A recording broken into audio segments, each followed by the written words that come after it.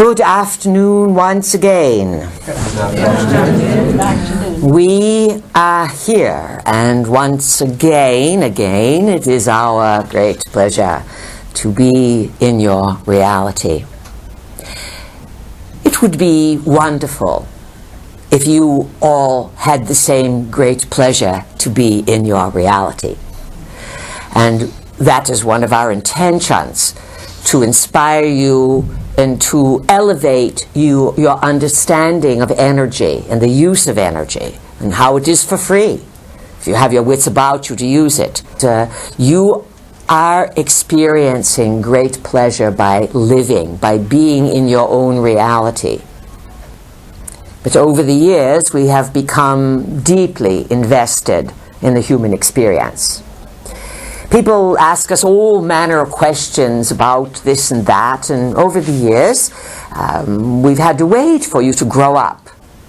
Just as you cannot explain all the intricacies of an adult life to a young child, it is sometimes challenging for us as Pleiadians, cosmic beings, visitors, etc., to convey to you all of the complexities that are involved in living in the multiverse when you are convinced that you are trapped in a random world stuck in linear time. Nothing could be further from the truth.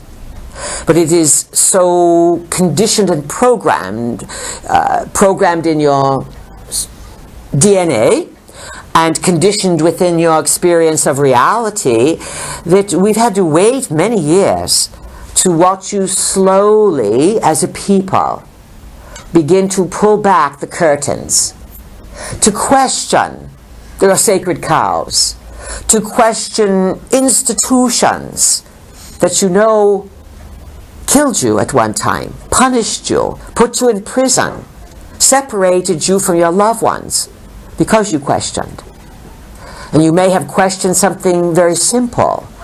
You may have told the church you saw the stars move. That, believe it or not, was enough to get you in big trouble at one time. People were not supposed to understand the heavens. Perhaps you saw shooting stars. You said the stars move. So within your experience of life, your ancestors and all the genetic memory that goes back to, as our vehicle was discussing with you, the origins of some of your genetic heritage. But beyond that, you also have mixings of other stellar influences. People have said to us, Pleiadians, why are you so interested in our Earth? We said, because in some capacity we are your ancestors. But we are also, we who speak to you come from the future. Now, the Anunnaki have an obvious footprint on your planet. And this is being discovered left and right. Everything is unfolding and has been, in terms of a larger picture of time, probably over the last 150 years. Age of Enlightenment, the discoveries in Egypt, discoveries in Sumer, and then the acceleration. Then you had the wars, World War I, World War II, mass sacrifices to confuse people, to confuse the progress. Why at the same time the Industrial Revolution is really kicking into gear. And why people have jobs and they're working, but what are they really working for? From the beginning of the Industrial Revolution, that goes back to the 1700s, one could say that you have rebuilt the Anunnaki infrastructure on your planet, the space systems. The Anunnaki, in visiting your world, had to construct spaceports, mission control centers. They had to lay out the land, landing pads, all this kind of thing for the rocketry that would move from Earth to heaven. And remember, Anunnaki translates as those who from heaven to Earth came. And you basically, if you step back and you say what's happened on Earth in the last 250 years, from the last time that Pluto conjuncted the galactic center, it conjuncted the galactic center in 1760s and then again in 2007. And everything started to rip open in the now. What's happened is that you have the capability to get into the air, and you have the capability and the ambition to go into space. Once many countries went into space, they found lots of opposition on Mars, on the moon. Many probes have been turned off, shut down. Astronauts, your space people who go up there, they have been seeing all kinds of things, and they have been sworn to secrecy, even back from the 60s, 70s. Some of them who caused trouble or who wanted to speak about it, there were lots of nervous breakdowns among the astronauts, lots of medical problems. They were made heroes in the paper, and their families are falling apart behind the scene because they are forbidden from speaking about what they saw, and what they saw were obvious evidence of civilizations in space. Think about how contrary that is. Now it's not possible to keep the genie in the bottle, to use one of your Earth colloquialisms. Everything is blowing up. Our vehicle explained the astrology to you, the timing. The Mayans were told way back when the long count calendar ends, big stuff is going to happen and we will return. The Christians, they're all up in a lather about the second coming. The Muslims, they are up in a lather about the return of the Mahdi, their prophet. The Hebrew Jews, they are sure that Jesus was not the prophet. There's someone else returning. You go into other parts of the world, and what you find are various prophecies and beliefs, different names, of course, and different calendar structures and methods of counting. But synchro out of synchro, they all point sort of to an evolving now. Now, from your point of view, you look at the clock and you say, well, it's midnight on 2012, and now it's not December 21 anymore, it's 22, and look, the world's still there, so must be that was all a hoax. That's your timing. You must understand that time is a local custom, and that you are still and will be for many years in the window of the end. The end. The end of a way of understanding reality.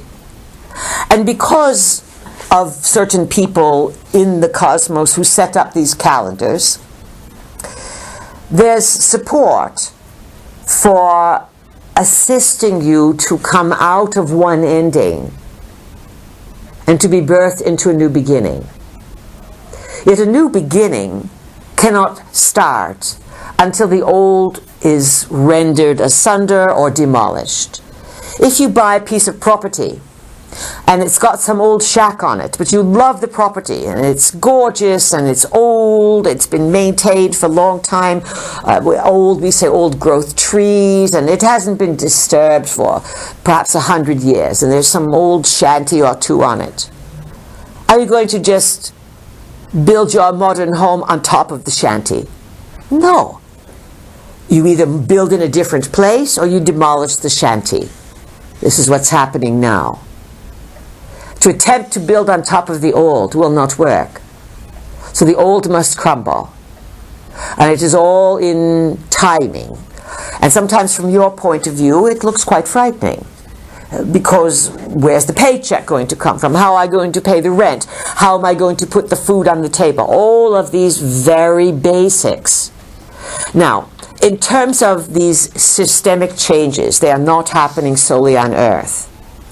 And because you are a very special place, living library, what happens here affects a lot of other life forms that have a genetic trace into your existence. Animals, plants, creatures, all of you. And because the humankind is undergoing two things. You are racing towards extinction. Your scientifics call this sixth extinction. That is from their point of view.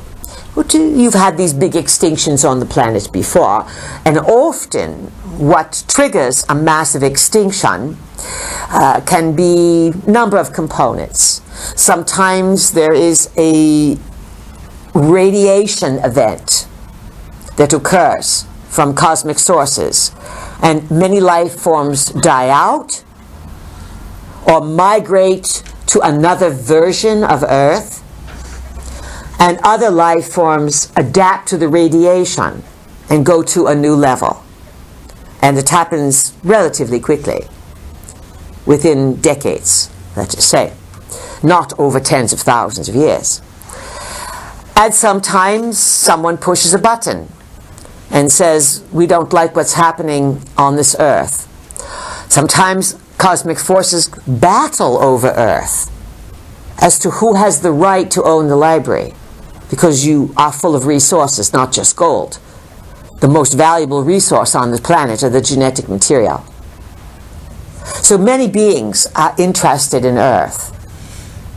Many are interested in maintaining your high gem quality. That means the pristine waters. That means supporting the life forms. And over the last, let's say, 3, 4, maybe 5 decades at the most, many people have been contacted by ETs of various types.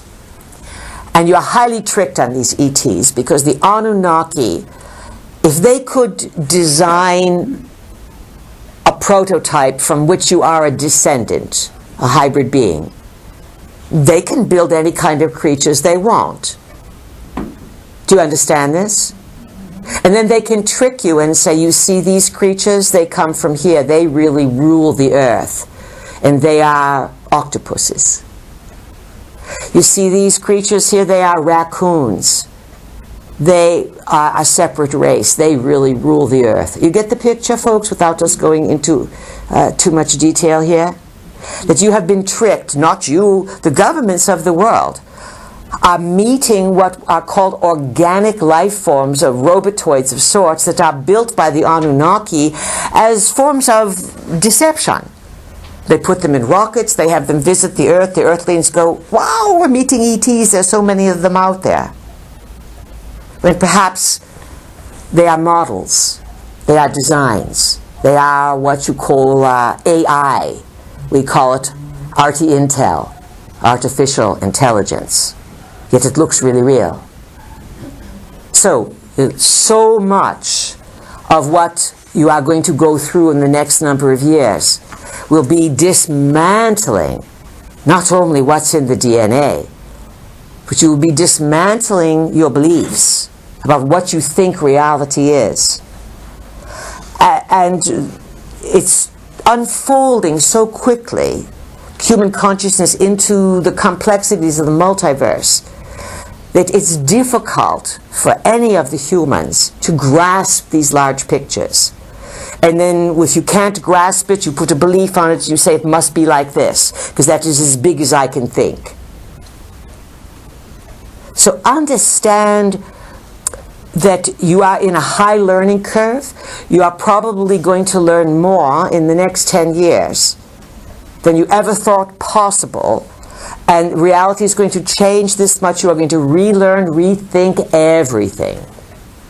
And then you'll be helping others by generally moving into the healing arts to help sustain and support people through the trauma of, oh my God, that's not really real? And coming up to support you, Uranus and Aries, is all kind of new direction, new states of consciousness. So if you get new ideas, to break away from the old, to be inspired, to be trained in understanding how the body really operates. Everyone wants to go into, what is it called, IT? What does that stand for? Information technology. Information technology. You want to go into what the body can really do. That is where you are going to have the most rewarding profession, is to help people get well. Not only in their physical body, but in their soul purpose, in the psyche. You get sick because you don't know how to deal with your emotional issues. And these emotional issues follow you from lifetime to lifetime to lifetime. You get stabbed in the back in one lifetime, you have pain in the back in this one. In the same place you got stabbed.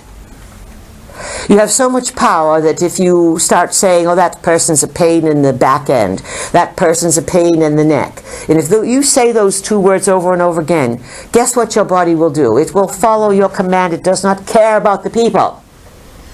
It listens to the words you say. You will have a pain in the neck and the pain in the back end. The power you have to playfully and creatively restructure your reality is at your command. Now, we know some of you would like to take us home with you. Like we could be purchased, a little cuddly, to sit on your shoulder, to advise you, to whisper to you, to say, come on, say this, do this, do this. Part of evolving your spirit is to prove that you can do it. You use your own gumption, and you use ambition and goals and clarity of mind, and you say, I can, I will, I want to. That is what is required in these times, on a level that is practical, and yet it will take you into the cosmos. Right. Let's do questions. Good ones. Impress us with how smart you are. Impress us with your ability to help everyone in the room and everyone on the planet. All right, we laid it out there thickly. All right, we'll start with N little side here. N little family members. Who would like to ask a question? Anna? Anna, yes, good. You're playing the game well. What's your question? You mentioned Malachi, Saint Malachi. Father Malachi. Who is Father Malachi? He wrote out these prophecies. Our vehicle did say that. And he prophesied little lines like poetry about the papacy. And he would use 2 or 3 or 4 lines about each pope as the pope would be selected by the College of Cardinals. And he started this 1300, something like this. So it's been going on. And he prophesied all the way through. And then he prophesied a last pope. And it just so happens that this pope you have now, according to his prophecy, falls into the last prophecy. And this is, according to this father, is the last pope. That's interesting, yes? Yeah. And how could that be? Because, now here's a logical thinker, according to their doctrination, but the Pope is always God's representative on earth. So if this is the last of God's representative on earth, ergo, or therefore, either God's giving up or God's coming back in herself. What do you think? Giving up or coming back? And how would this particular Pope, who came from, he's Italian, but he spent lots of years in Argentina. Oh, that's quite synchronistic. That's one of the places that the Nazis hid themselves from and hung out in. Especially Hitler was known to have been in Argentina. And so then you have now this last supposed Pope coming from Argentina, but he's really Italian, and all popes must be Italian. You pretty much know that, except for a few exceptions. It's what's really going on. Remember, on a soul level, these times in which you live are extraordinarily pivotal and powerful to rippling across the lines of time, not only to other species, but to your own multidimensional selves. Anything else on this question?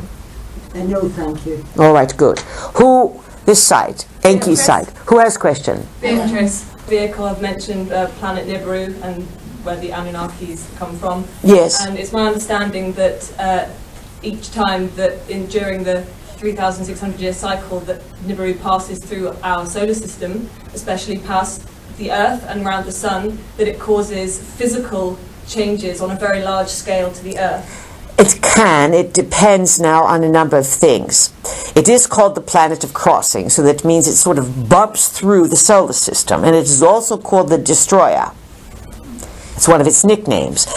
And you know now that you have the sun in the middle of your solar system, and you realize now that this happens, it's a protocol or a form of how planets are set up. And the planets have their orbit. And so it depends, Beatrice, on which side of the sun, the timing of where Earth is and where the planet of the crossing is. If they sort of are in vicinity around the block from each other, then all chaos breaks loose. And this passing has historically created oodles of problems. It's just because of the large orbital plane and because your short memory, the Anus know what's happening and you forget. So what exactly is your question? Well, you've answered some of it, but mostly is, are you currently aware of how closely Nibiru is going to pass us, if indeed it is passing through our solar system at this time? And if it is going to pass closely, will there be safe zones where there will be less disruption to the physical Earth?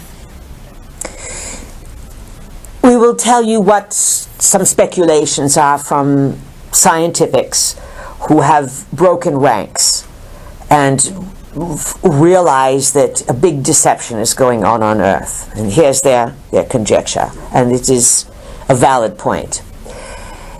It's not as if this X12, Nibiru, Chernobyl, whatever you're going to call it, is singular. It is a larger planet. It's certainly not the size of Jupiter. That would be totally destructive to your system, because you have the planetary sphere, and then you would have the energy field, the various, you call them atmospheres, around the planetary sphere, and the planet and the atmospheres would be filled with whatever the energy frequency or paradigm of the planet is. And then there would be, because of Nibiru's more comet-like activity, there would be what is called detritus, Talus, all the space junk that sort of accompanies Nibiru. In addition, Nibiru has been portrayed as sort of traveling in a delta type of configuration.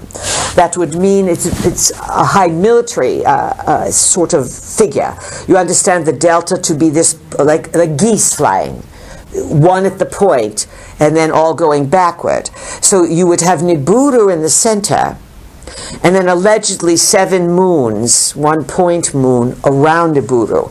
It's important to understand that a moon can be built, that an object can be harnessed, roped, corralled, brought in, shaped, and made to appear as if it is something, but it is really an artificial construct. Your moon is an example. You are going to meet a technology that, and an understanding of the cosmos is far beyond what anyone could even imagine.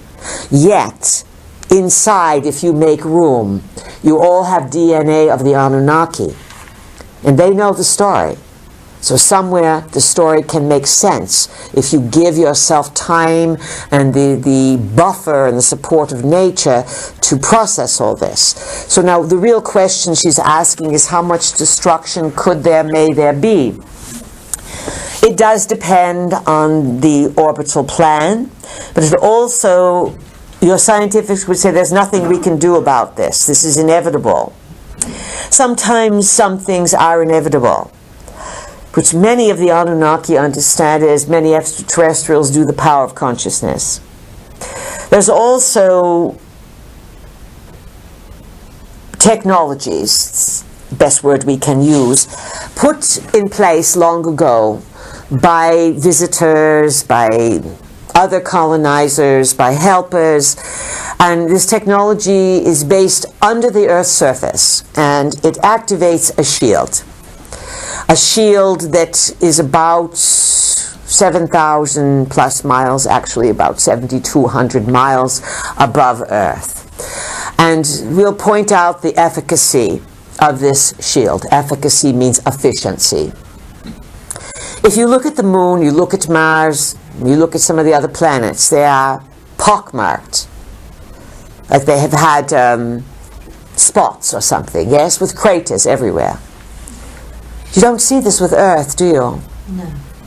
How could it be that your closest neighbor, the moon, 250,000 miles away, about 240,000, has been hit over and over again? It's filled with craters. Why don't you have evidence of oodles of craters around your planet? You've been hit, not in recent times, because the shield is up.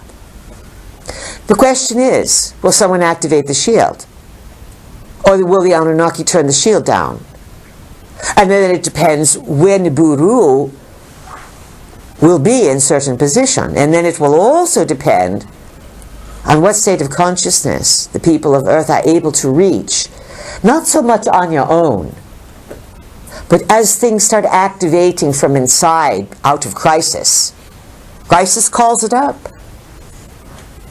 You will fly to new levels if you can keep your wits and not use violence. And you may miss this one. But you are going to get some disruptions of some sorts. Understand that the globalists are frightened. Understand that they took trillions of dollars, the global elites, using the military, using people from the surface that they kidnapped. And they had them build complexes underground. But we recently told some students of ours, we said, what these globalists are finding, unfortunately, they've built these large cities, they've filled them with supplies, and they are supposed to be a place to run when the surface gets crazy. Go to Turkey and start exploring in Turkey, and you'll find the Turkish people did it thousands of years ago. Underground complexes. You'll find it in South America. You'll find it in the USA. You'll find it in Russia. You'll find that this technique of building underground in time of crossing is ancient. Now, what's happening today, it's all slick and modern. It's filled with all kinds of goodies and gourmet foods and waters and you name it. What's above is below. You get this? As above, so below? Everything. But what's happening is what's below, way below, started becoming above. And as they came above, they came into these underground cities, which are your below. And they said, wow, look at these nice places that no one's living in. We are making jokes, but we are saying some of these complexes have now been occupied. They've been taken over. And in many regards, folks, there's more going on beneath your feet than there is currently in the heavens. And people are seeing all manner of sightings every single day. So it's all heating up and to something, but there's no foregone conclusions. There's no guarantee that you are going to enter a time of complete planetary destruction due to the passing of Nibiru. More than likely, you are going to have systems being rearranged and go through a number of challenging years where you'll be dealing with really rebuilding reliable systems, and so there will be a lot of, quote, survival issues for those who have not covered their bases. Anything else, Beatrice? The shield that you've mentioned. Yes. That is avoiding the meteors and things that cause craters. Does this also have an impact on the gravitational pull that is caused, what I would imagine, by a passing of a larger entity such as Nibiru that my understanding is, would shift the poles of the Earth drastically, as in sort of moving the crust of the Earth, which might cause things such as tidal waves and earthquakes, other than the meteor showers and things that This is a very legitimate point. You have done your homework, and of course many people believe you are now in a magnetic shift because things keep moving quickly. And just to let you know the power of the passing of a planet that some say they see it, some say they don't, that for years now at least 10, 15 years, almost 20 years, the scientifics have been observing atmospheric changes, the brightness changes on planets, polar activity, melting of caps, and this Nibiru is far, far away. So what we are saying is that energy can operate over distances of billions of miles in a cosmos that you cannot even measure. And yes, you will see, at least minimally, these types of results. Another thing to factor in is that the Anunnaki never really leave. They leave a skeletal crew on Mars, on the moon perhaps, inside the Earth, in systems, in governments, in religions. They have their minions. And things are accelerated now. And people living at the coastal regions too close, you are going to experience more and more problems with water. And yes, it is entirely possible that coastal regions will start to feel the turmoil. The Earth will start changing. We believe our vehicle pointed out to you that when the planet Uranus moves into the sign of Taurus, that will be about 2018. You will have 7 years. 7 and 8 is 25. So from about 2018 through again 2025, 2026, things settle down and are more sorted out. And you enter a new, quote, paradigm of understanding around 2028. And between then and now, you have big astrological changes that you go through. Big ones, very, very big ones. Does that help you understand? It does. Just very quickly. Go ahead, it's fine. As long as it's an intelligent question, you are helping everyone understand. Okay. If we are to be be aware of these potential environmental hazards, such as coastal areas and changes in the water, are you aware of when this is likely to begin? Because our understanding tells us it will likely be between August and the end of September or potentially December, but I wonder if you have any further knowledge on that. Well, many people are tuning in, or they are piecing things together, they are decoding. The globalists do have a lot of plans for this year. Understand it. And if things start to accelerate end of August, early September, there's key gates that they're aiming for. Yet the best laid plans can be rendered asunder and thrown all out of the window, because the gift the humans have is the gift of unpredictability. And as the masses change their minds, wake up, they shift the probes, and understand, Beatrice and everyone else, that there have been many, many plans over the last 5 years that the globalists had to squish you, smosh you, attack you, nuke you. Lots of it did not occur. The heaviest things happen in the most volatile areas, where the people have the most fear and where they have the most guns, and where they want to harm each other to get what they want. The lower the vibe, the more primitivo it is, and the more it is root chakra fighting another root chakra. That's where the bad stuff happens. The more you raise your vibration, the more you can think clearly, and the more you can position yourself or change the probes or call in guidance for protection. We'll say this to you. You've never had a lifetime like this one. That's why everyone's here. And to some extent, it's new territory. To another extent, you have the Anunnaki inside you, their genetics, and to them it's old hat. But you must get your sea legs. So these are good questions. Now, things will accelerate. You will see activity at the last week of July. This is the summer solstice weekend, and many plans are laid right around the summer solstice. Use the sun from the sky, use the light to come in and to inform you. 6 weeks from now, you will come to what is called August 1st, or Lamos. The week prior to Lamos is a week of high ritual sacrifice among the globalists who like to control the world. The humans are harvesting their vegetables. The globalists are laying plans to wreck everything. Build your plans and love the earth and love yourself, and understand that the forces of darkness and evil may undo themselves in a very spectacular way.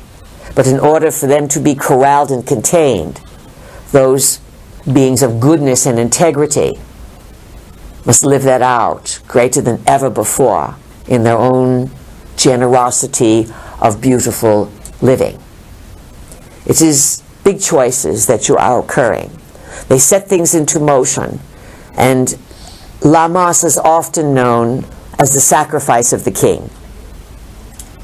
The king, a leader, often is sacrificed at Beltane to fertilize, to let the realities they want come into being.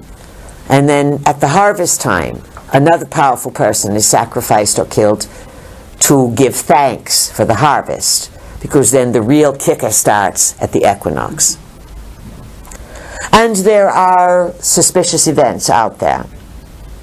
But understand, you've set out to do things on your own and everything fell apart, yes? Anyone ever have that happen? Yes. A few snafus? The globalists are dealing with this all the time, because do not think they all like each other and they get along. People who do not do good works do that to each other. They use each other. So they are battling bad inside her. You follow this? And there's all kinds of things going on in all the governments of the world. So there could be things that start to happen end of August. People come home from vacation. September could be some big tricks, some big shifts. Just intend that you are in the right place. Everything will work out more than fine. And get smarter. Much, much, much smarter in terms of what you know. Who else has a question? It is now Enlil's side of the family. Paul. Who is it over here? Paul. Paul? Paul. Hello, Pete. All right, loud and clear. Okay. You mentioned that our moon is artificial. Who built it? How do they use it? And how does it affect us? The Anunnaki use it. How does it affect you? You are entrained with the cycles of the moon. It is a supply base. Most of it, many things occur inside of the moon, because the Anunnaki are master builders. They know how to build. They know how to build on Earth, in the cosmos. That is their forte. Some of them are good at genetics, but they're really, really good at building. Rock, stone, glass, other substance you have no idea of. And they can shape worlds. They can build worlds like the moon, and then, we'll make it real simple, turn the key and fly off. In other words, they can build structures and then use them to travel. This is important to understand. So if new things appear in the sky and they look like new artificial or new planets or something, it can be holographs, it can be literally something that is real, it's moved around. You must expand your what you think is possible. So they use it as a supply base, they use it as high ground. If you've been in military, any military company is always going to go to high ground because you have a better vision and you can see. They have positioned it so that it appears in the sky to be exactly the same size as the sun. Yet the sun is 93 million miles from Earth, the moon is 250,000 miles. Wow, that's miraculous.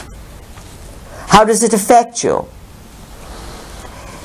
It entrains you to certain cycles of consciousness. Is this bad? It is what you incarnated into. It is a system that you are not really probably going to change. But you know, a few years ago, someone must have figured something out. 10 years ago or something, our vehicle came across a statement by some scientific on your world. And he said, we could fix everything if we blew up the moon. And then that was it. He obviously knew something, yes? Yeah. Now, it's always best to work with what's around you. If you can't fix it, condition it. The moon itself is not bad. The Anunnaki, some of them have not the best of intentions, others have evil intentions, and others have good intentions. And the moon is basically reflecting the light of the sun. And so the cycles that you are in can be used. Ask any gardener that understands how to plant. Everything can be done by the moon, and you can gain tremendous benefits from the moon. But certainly they can use the moon to send frequencies at your Earth, to do weather control to Earth, to do all manner of things. And there's much more to say, but we will move on, Paul, to another question from someone else. Who else has a question on Enki's side? Elaine. Lawrence, we heard your name loud and clear. Welcome. You were talking about... Hi, Peas. Hi, Peas. Hi, Peas. Good. We like to hear that hi, just so that you know that we are really real and we do not want to be encyclopedias. Do you understand? We are not encyclopedias or something that you can use because we look like we are available. That's why a little hi just opens the protocols. All right, now continue. You were talking about how Mr. the Lawrence. moon affects our gardening. Yes. I was reading about biodynamic gardening. Yes. Introduced by Rudolf Steiner. Yes. How can it help our gardening on a bigger scale that we use astrology with our gardening? We'll study it. There's plenty of people who've done the research. Steiner was certainly a genius in his own right, but his organization and everything got infiltrated very badly, by the timing and the Nazis and all these kinds of things. But knowledge is knowledge. And many, many people are very, very smart today. And there's all manner of books out there about how to plant and when to plant. So we cannot spare our time to educate that. We will certainly direct you towards finding books in the library, online. And people have laid it all out. And we'll say this. Those who know how to garden, when to plant, when to harvest, it's not just the moon. It is the earth. It is the plants. Once you understand what they like and what helps them thrive, they can grow to magnanimous size. The fruits, the vegetables, people are going to go back to this. This is something that will bring them greater joy. Too many people on your planet have no idea where food comes from, what is involved in its process, and you have become ignorant completely as a people about something that you can't do without. Think about it. Think about that, really, the statement we've just made. And everyone, we would like to see everyone grow something, even if it's parsley. And parsley has all kinds of magnesium, and it's absolutely wonderful. You get it on your plate, you think, why do they put that ridiculous parsley on there? Because it is the ultimate digestivo. And it enhances your system. And everyone needs to learn more about nature and food, and how when the sun is in, or the moon is in a sign of fire, it's not a good time to plant. When the moon is in a sign of water or earth, it is. And so you must study the cycles of the moon. And that means you must look up. And you start by knowing when there is the dark moon, the new moon you had a few days ago, and then 2 weeks later the full. New is when you plant, full is when you harvest. If you remember that, just those simple things. When it's dark, it's beginning. When it's full, it's lit up. This helps you understand how consciousness operates. And you ask anyone in the hospital profession, the arresting profession, that's law enforcement, or people with big families and schools, everything goes double bonkers at the full moon. Day before, day of, day after. Your plants love it. The plants love to grow under the moonlight. It gives a certain extra flavor and touch to the food. I mean, you've had tomatoes and then you've had tomatoes. And it's how you work with it and understand that just as your pets respond to your petting them and loving them and talking to them, plants love it when you treat them well. Even if you put your head out in the morning and say, "Hi, garden, you're doing really well, I'll be out later." Sounds like you're a nutcase, right? But you're not. Everything responds to energy, especially your thought. If you want your garden to really grow, have a picnic around it and have kids play and make music. Don't play boom boxes and things, but to have someone sing or play music or dance. The plants love it. Everything responds to everything else. But you have become so electronically taken over as a people, you are losing your ability to understand nature. And this is where all the problems can stem from. And you have really thrown your wits into these technology things over the last 10 years.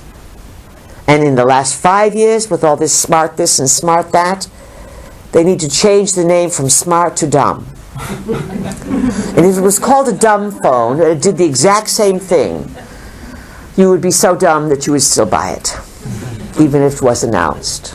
Sorry to insult you, but we can get away with it because we speak with our eyes closed. And you know that we have kindness in our hearts. We are just giving you the brutal truths, friends, so that you can get awakened a little further. All right, whose turn is it? Enril's side, yes? Who has a question? Anna. Who is it? Anna. Anna, much louder. Okay. I have a question about pyramids. Hi, peas. High peas, sorry. High peas. You have a question about pyramid mountains. You know, you have talked in the past about the pyramid of Giza. Cannot hear a word or understand what you are saying. We're going to have to move to someone else. Just because we cannot get it. Noel, go ahead. Thank you. Good. Hello, Pete. I have a question about the apparent increase in the numbers of transgender people around at the moment. Yes. And I'm just The increase in the number of transgender people. Yeah. And I'm just wondering, is there any particular reason for this? Yes, it has an agenda, of course. If there was no agenda, it wouldn't be in the media everywhere. Now, understand that you live again and again. You live as man, you live as woman. For most people, the soul makes the transition and adapts relatively easily. So that when you're in the male body, you are dealing with the male hormones. When you're in the female body, you are dealing with the female hormones. And this has worked in terms of reproduction, in terms of the stability of nature and the living library. It has worked for thousands and thousands, an untold number of years. What's happened, let's say, from maybe the 1950s, the 1960s, a lady named Rachel Carson, we believe that's her name, she wrote a book called Silent Spring. And she wasn't scientific, and she sort of blew the whistle on the scientists and said, hey, you see all this DDT and all these poisons that you chemi people are making, and remember one of the homes of the great chemical producers that caused all kinds of problems was Germany, ibfabin. They are a big problem on the planet, along with DuPont, along with, you name it. Nestle's, they're all in it. They're the chemical companies. And so it started years back. And Rachel Carson saw it, and she said, hey, you're ruining the planet. The animals are growing double sex organs. Everything's getting confused. Then time moves forward, and then by now you have all kinds of pharmaceuticals, and perhaps in the 80s, early 90s, scientifics are saying, we look at the reptiles, we look at the amphibians, the little creatures that live by water. If they are going through transformation and they are having no genitals, both genitals, if they are changing halfway through life, something's going on. Nature is messed up. Scientifics say yes, it is all the meds and pharmaceuticals and chemicals from plants, from cleanup, from electricity.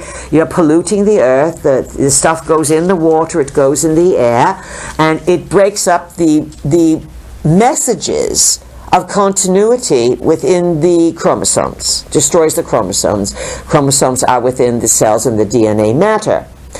Now, so this has always happened, that either there's a soul mix-up, a person says, I'm in a male body, but I remember being female, or I want to be female. I don't relate. Often they might not even believe in reincarnation, but they remember. Now, because of this ubiquitous spread of chemicals that are destroying your biological integrity, and an anything goes ultra permissive lifestyle, and memories coming up without people understanding them, people are insisting now that they are not who they are. We are observing. We will say this: it is not a good idea to cut off body parts to change your identity.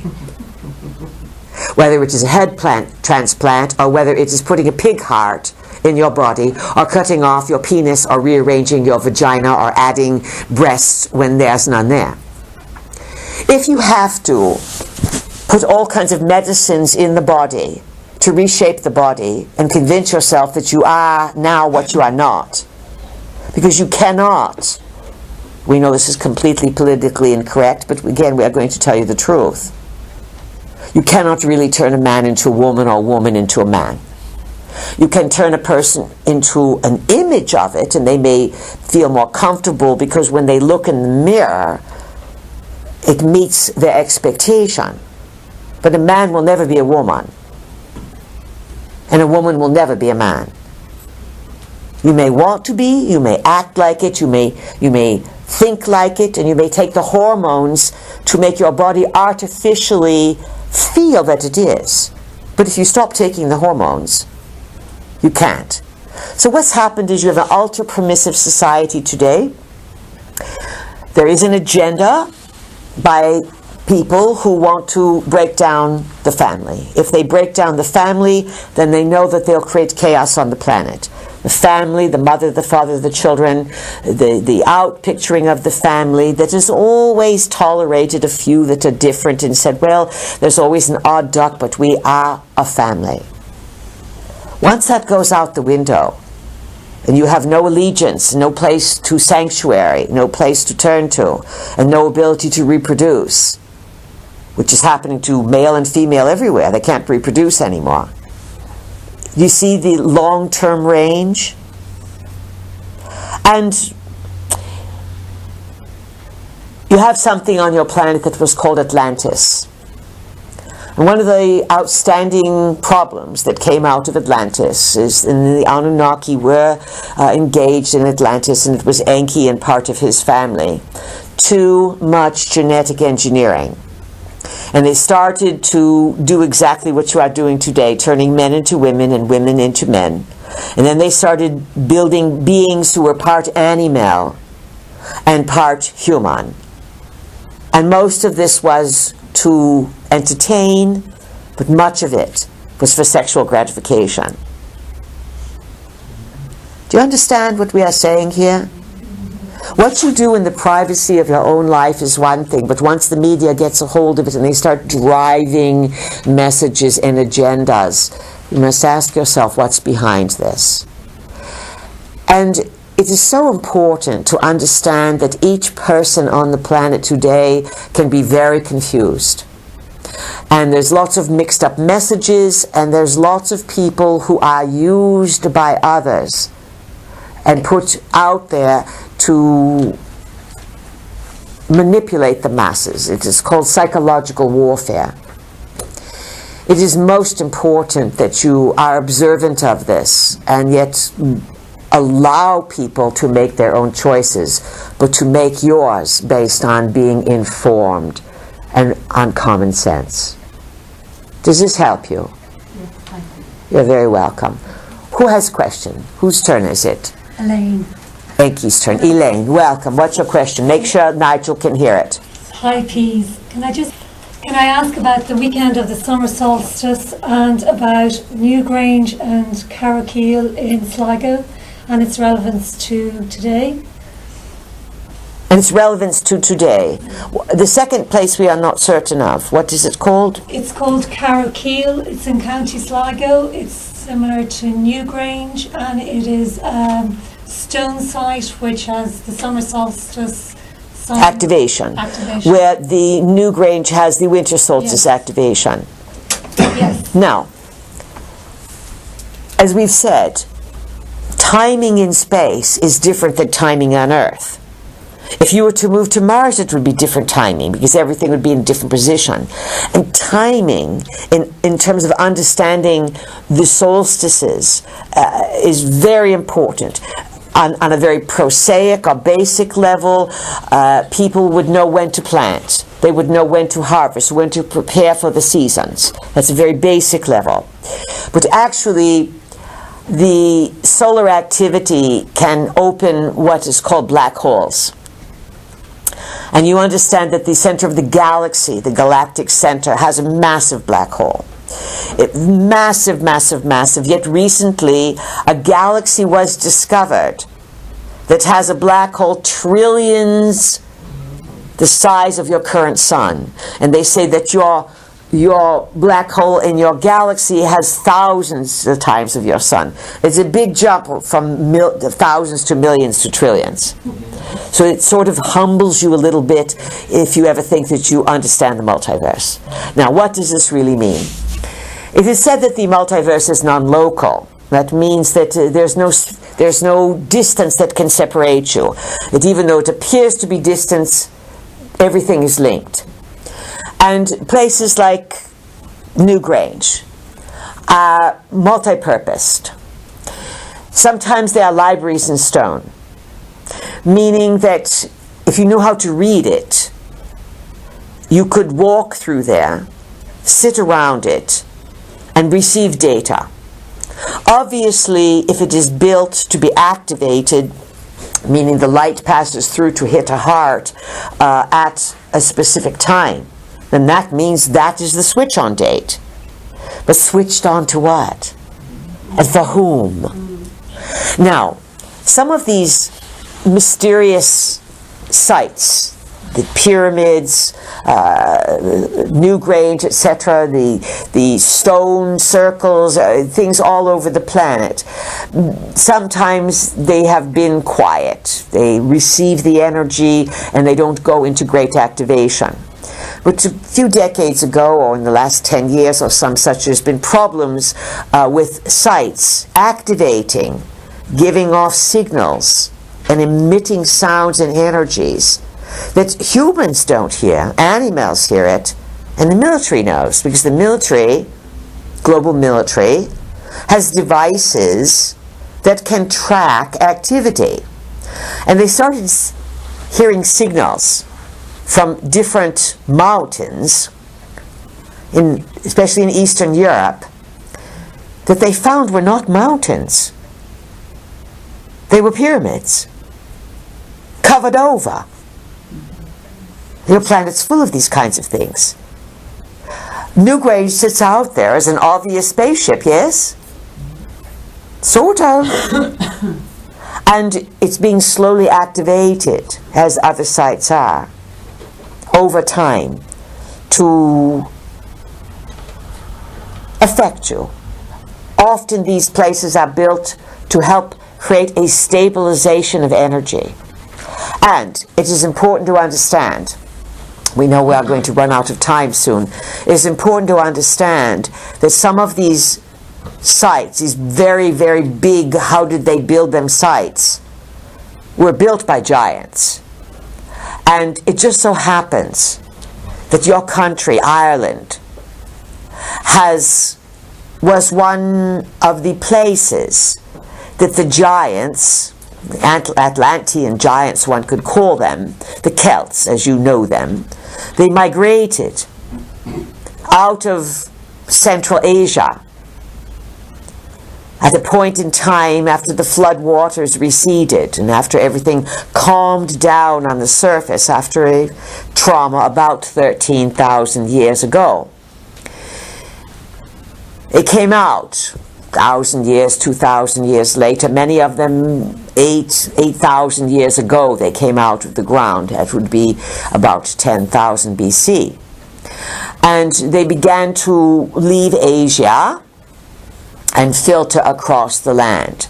Some went east, some went west, some were of all sizes. There are records on your planet of giant beings existing 2,000 years ago. They were fighting with the Romans.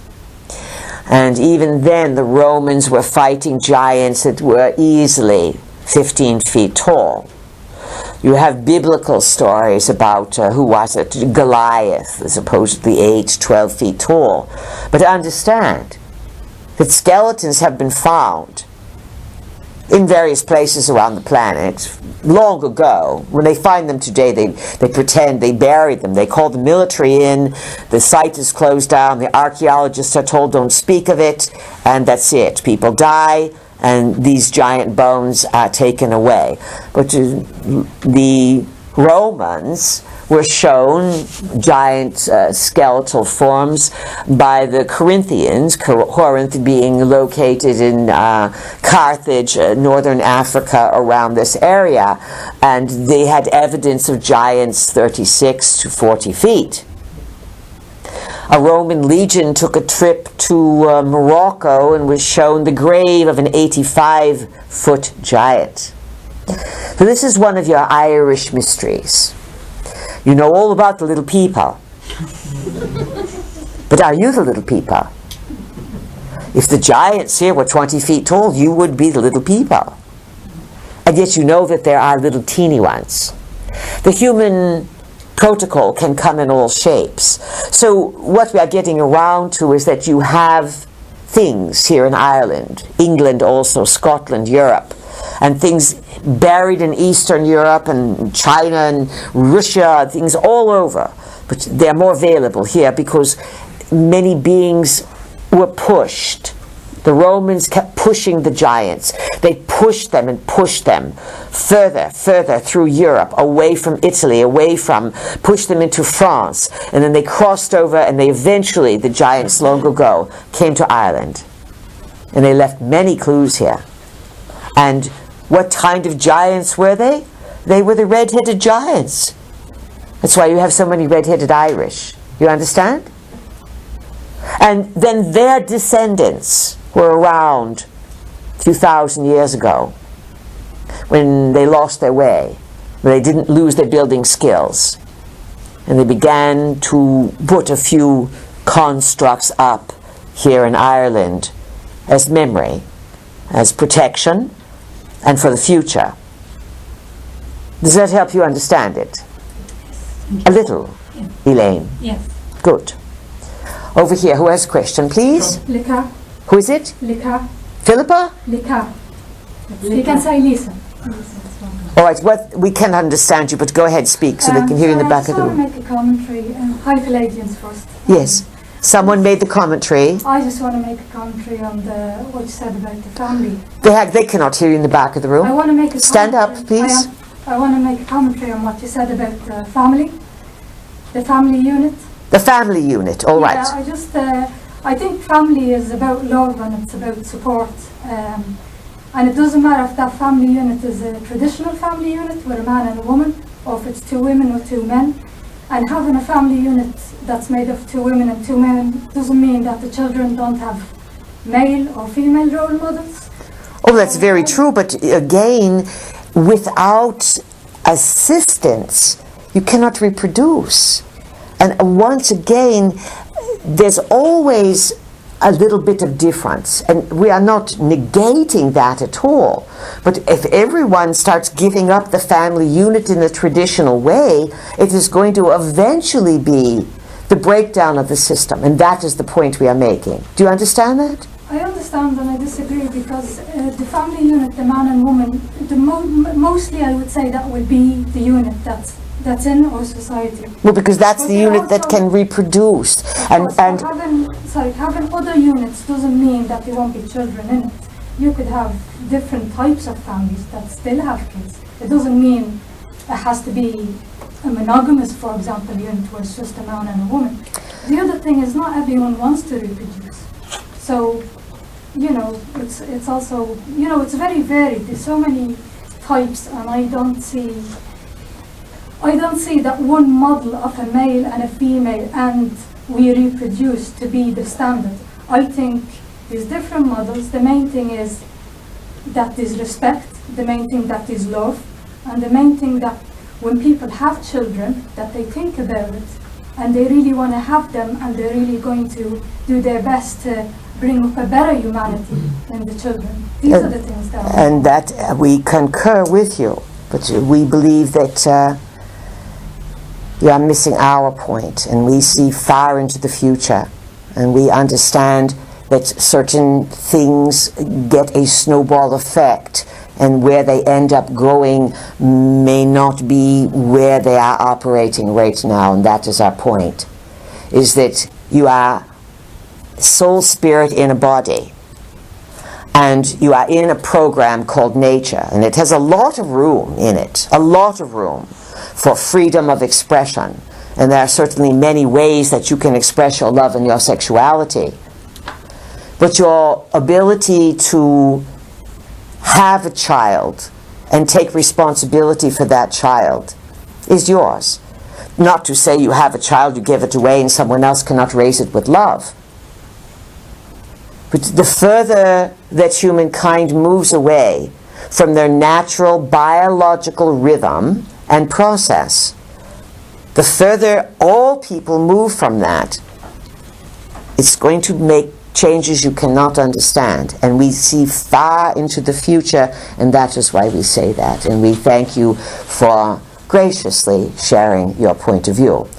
Who has a question on this side, please? Who is it? Philip? Philip, yes. Welcome. Thanks.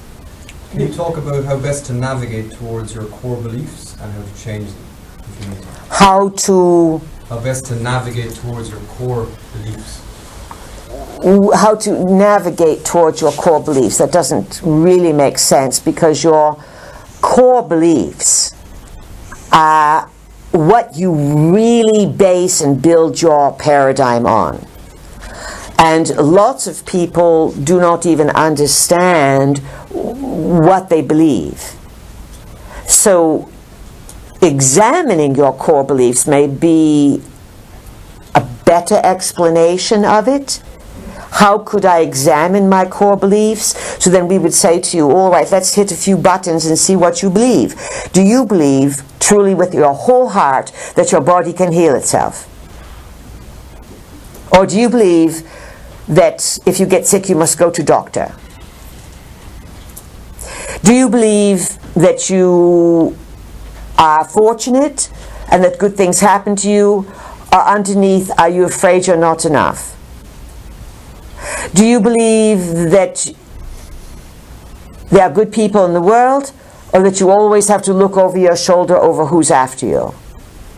Do you believe that certain people, because they have a certain configuration, act a certain way or do a certain thing? Or do you believe that there are good people and bad people of all kinds and all configures, and that you're pretty good about feeling the vibes of honest people and staying away from those that are not up to the best business? These are rather core beliefs that we just rolled off because they are like a foundation of a home. Core beliefs mean that you build the rest of your life around these core beliefs. So here's the core belief example. You're born into a highly structured religious family that says you must do this, this, this, and this. And they lay down these beliefs, and the entire family says, well, yes, and you never question the beliefs as to them being beliefs. You just think they're facts. And sometimes you can build a core belief structure around something that may not be entirely true, but because you invest in it, you turn it out to be true. Yet in the end you find out, I built on sand. Does that help you understand core beliefs, Philip? Yeah. So what is one of your core beliefs? You said so many of them. Well, just your own. Like, I believe that. One of my core beliefs is that I can't seem to heal. That what? I can't allow myself to heal fully. You can? Cannot. Cannot. All right. So now... I get so far and then fall back. All right. So you have a core belief that you cannot heal yourself. Not entirely. Not entirely. All right. So that's a core belief. So what happens is a core belief then reality conforms to your core belief. So here's a way to trick it. You can say, you know, up till now, I used to believe that I could only heal myself to a certain point, and then I couldn't. Well, that's belief. And so I'm now going to add on to that belief that for 1 hour every day, I'm going to believe that I can heal myself at any point in any time. And it may take time.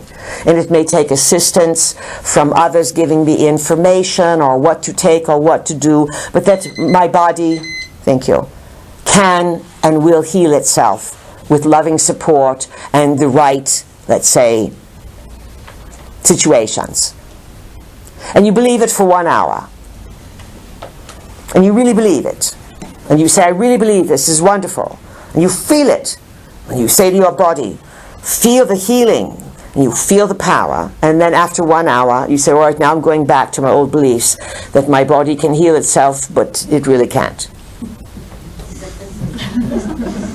Good. It's worth laughing at, because this is how foolish all people are. And you are not unique, but you voiced your opinion, and it is very good. So listen to this. So here's how it goes. After a while, the next day, you might say, well, that's kind of stupid. If I believe it for 1 hour, maybe I'll start believing it for 2 hours. Light bulbs go off, and you say, wow, this is fun. Maybe next week I'll dare to believe it for half a day. And you start feeling it, and you believe in your body, and then your body says, well, let's give him a go for his money. And let's demonstrate to him that we really do have this power, because he's believing that we do. So let's show him that we do. And you start to have something heal, or something starts to change. And as you start working with things on this level, the body begins to respond.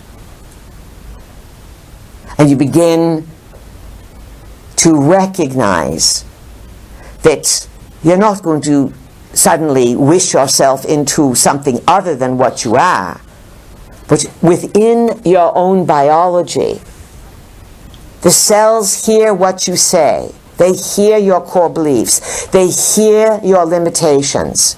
They feel your fear. And so you must slowly start to send love to your body. Love your body. Love your cells. Eat the right foods. Just because your stomach may say, get me a McDonald's, you may know that a banana or a fresh apple might be better.